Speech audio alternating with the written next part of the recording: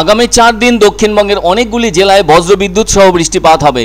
আবার উত্তরবঙ্গেও প্রাক বর্ষার বৃষ্টি 5 জেলায় চলবে পরপর 3 দিন। অন্যদিকে আরও 4-5 দিন বৃষ্টি থাকবে কলকাতার বুকেও। আলিপুর আবহাওয়া দপ্তর থেকে জানানো হয়েছে এই বৃষ্টি যেন প্রাক বর্ষার বৃষ্টি।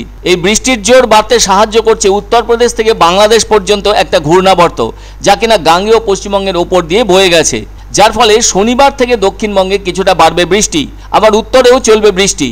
আসলে বৃষ্টির জন্য যে অনুকূল পরিবেশ দরকার তার উপস্থিতি ঘটেছে, সেজন্য আগামী 72 ঘন্টার মধ্যে বাংলার উত্তর দিকের জেলাগুলোয় মৌসুমি বায়ুর প্রবেশের সম্ভাবনা উজ্জ্বল হয়েছে। জানা গেছে আগামী 24 ঘন্টায় কেরলের বাকি অংশে এবং পূর্ব ভারতের মণিপুর, মিজোরাম ও নাগাল্যান্ডের বাকি অংশে প্রবেশ করবে মৌসুমি বায়ু।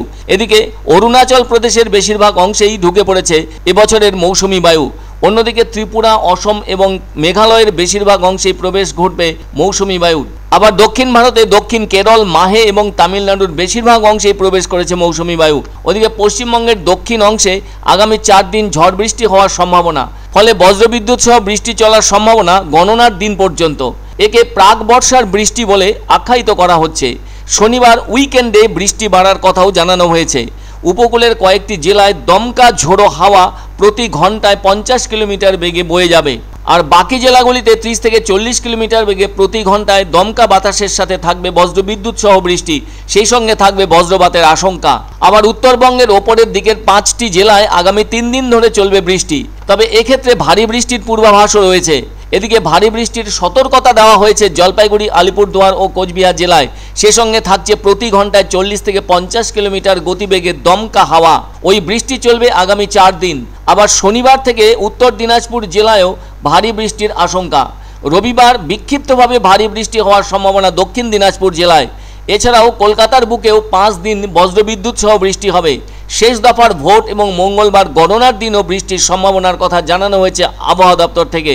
শুক্রবার এক সাংবাদিক সম্মেলনে এসব কথা জানালেন আলিপুর আবহাওয়া দপ্তরের পূর্বাঞ্চলের ডিডিজিএম সোমনাথ দত্ত।